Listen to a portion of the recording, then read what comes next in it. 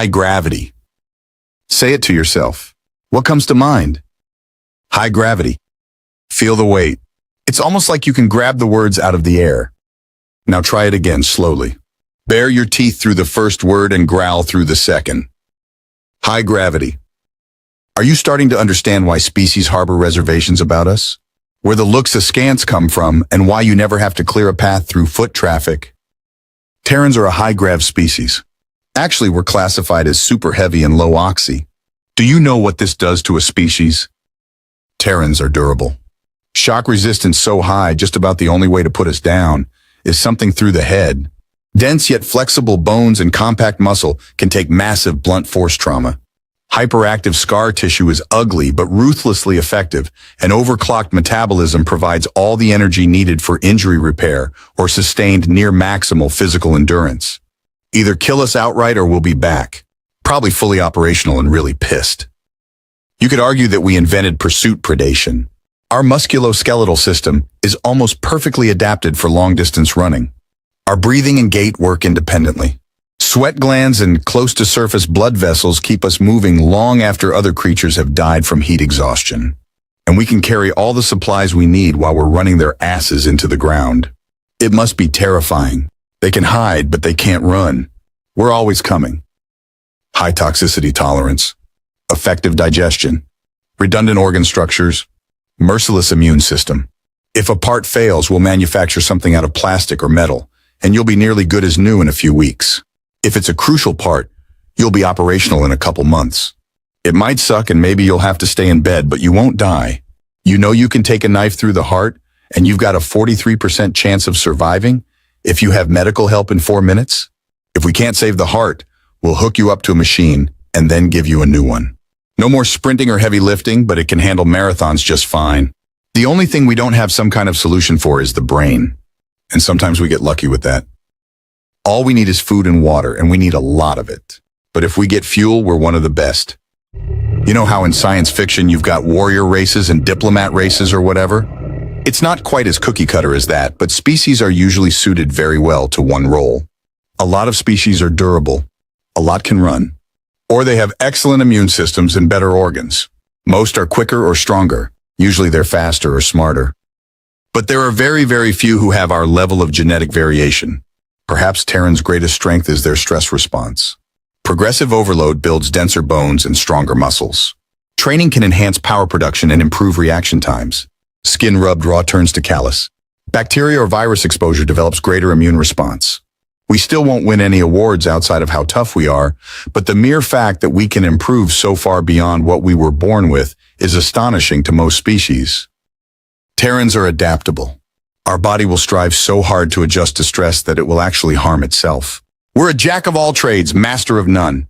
Give us a planet with any environmental conditions you care to name. A few generations and we'll call it home. We will survive. Try something else. High-gravity predator. Menacing, isn't it? Shriek are predators. They're bigger than us, faster than us, quicker, heavier, and so strong it's not even fair. They're covered with armored scales and naturally armed with claws and horns. They have better senses than us. And more of them? They're a true high-grav species. Species like them are the reason us Terrans had a reputation after discovery just because of our planet. Now what if a Shrike was able to apply progressive overload to the level of a Terran? Because that's the question they ask themselves. Warriors able to develop well beyond previous genetic potential. That's a recipe for a galactic powerhouse. It'd be like locking you in a small box with a gorilla. And the gorilla has a rifle, body armor, and knows you were hitting on his girlfriend. When the Shrike found us, we didn't have a prayer of fighting back. We were outclassed on every level. And they realized no one would miss an undiscovered species. You know what they did? How they dug around in our planet's genetics until they found what they were looking for. What they did. But we had genetic variation and they didn't. Yet. So we hit them with bioweapons that they'd never seen before.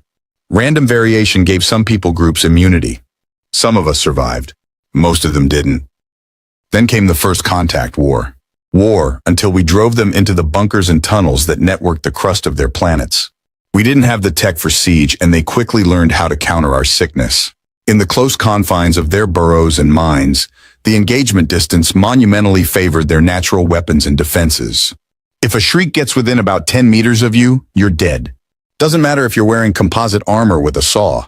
He'll take you down with him and probably the rest of your squad before he bleeds out.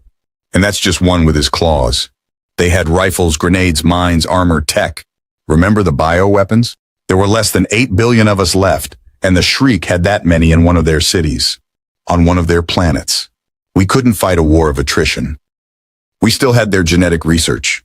Well, the data that wasn't destroyed in their retreat. So we called in a favor from our oldest friend. A friend with superior senses.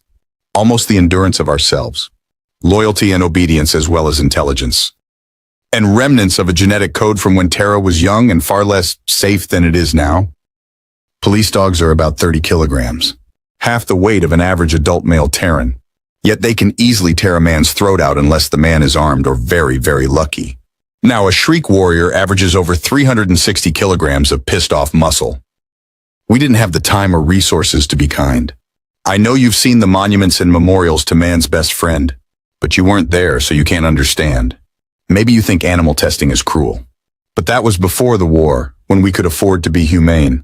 You'll never know the pain in an animal's eyes. An animal that doesn't understand what or why you're doing what you do, but an animal that still trusts you and will until it dies yet again. Even now, I still have to convince myself it was worth it. But we did it anyway, because we didn't have the resources to maintain the siege and wouldn't risk the Shriek recovering their strength. High-gravity predator. 140 kilograms of muscle.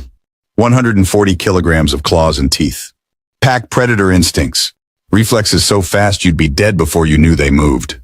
Raw power like rocket fuel. Heightened senses.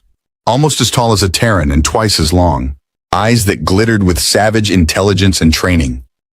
The Shrike treated us like dogs. We hunted them down with wolves, beasts, high-gravity predators. We cleared their tunnels and bunkers, hole by hole and pit by pit, stalking them in the dark. Our devil dogs protected our shock troops in close quarters, while we kept our pets safe from ranged weapons. We drove the Shriek off their own planets and plowed over their fields to salt the earth with the tears of their mourning. And yet still our vengeance was not sated.